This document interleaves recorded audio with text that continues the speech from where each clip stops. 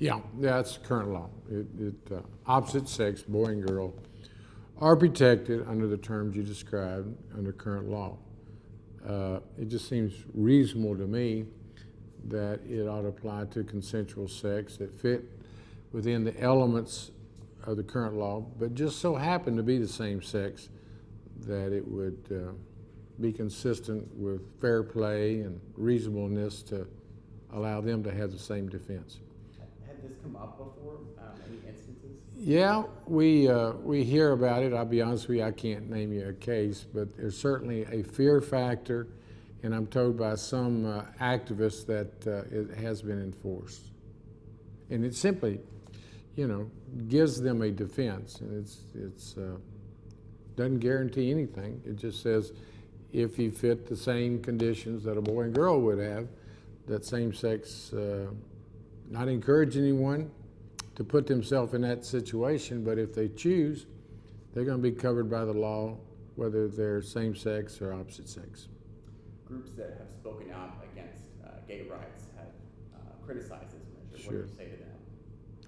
I say they need to be reasonable. They need to think about perhaps their own children, their own friends, fallen victim to the circumstances that are protected if they're opposite sex.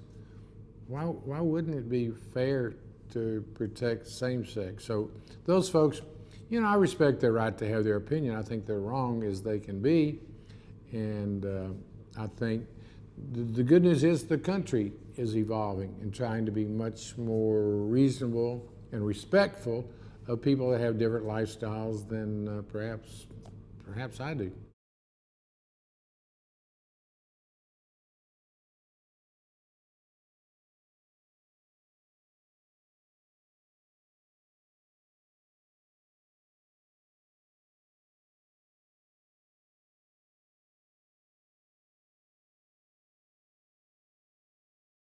Sure. Sure.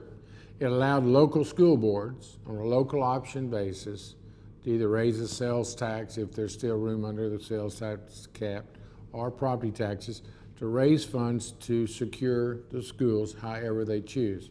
Maybe metal detectors, maybe additional fence, maybe law enforcement, whatever they choose.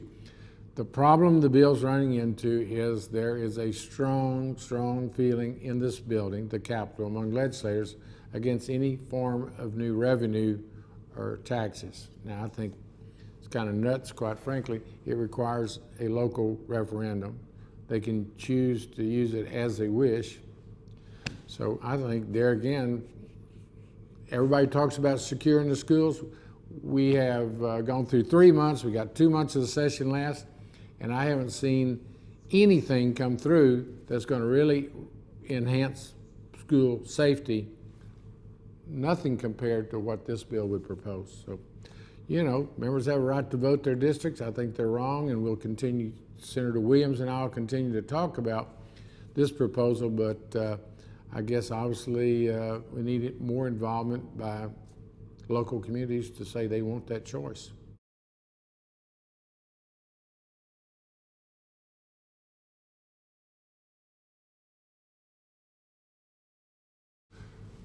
Well, what happens is, probably in comparison to the beginning of the session, we were very still close to the tragedy in Connecticut. And every time there's an incident, an unfortunate incident, people get escalated in their concerns, like other issues. In a drought, everybody wants to solve the water issue. School safety and security was an issue when we got here, much more heightened than it is now. We're not becoming complacent, it's just we got a lot on our plate. Some of the political activists back home and statewide against any new revenue have kind of gotten some energy that they may not have had January 1. So, it's just the dynamics of the session. There was a tragedy at a college, junior college in Houston yesterday, so I'm sure all of a sudden we'll get a little bump in the enthusiasm for campus or school safety, but I think it's the revenue. There is a strong in some areas of the Capitol, very strong sentiment against raising taxes. I personally think, you know, it's local option. People can pass it or not pass it. It's for a good purpose, so what's the problem?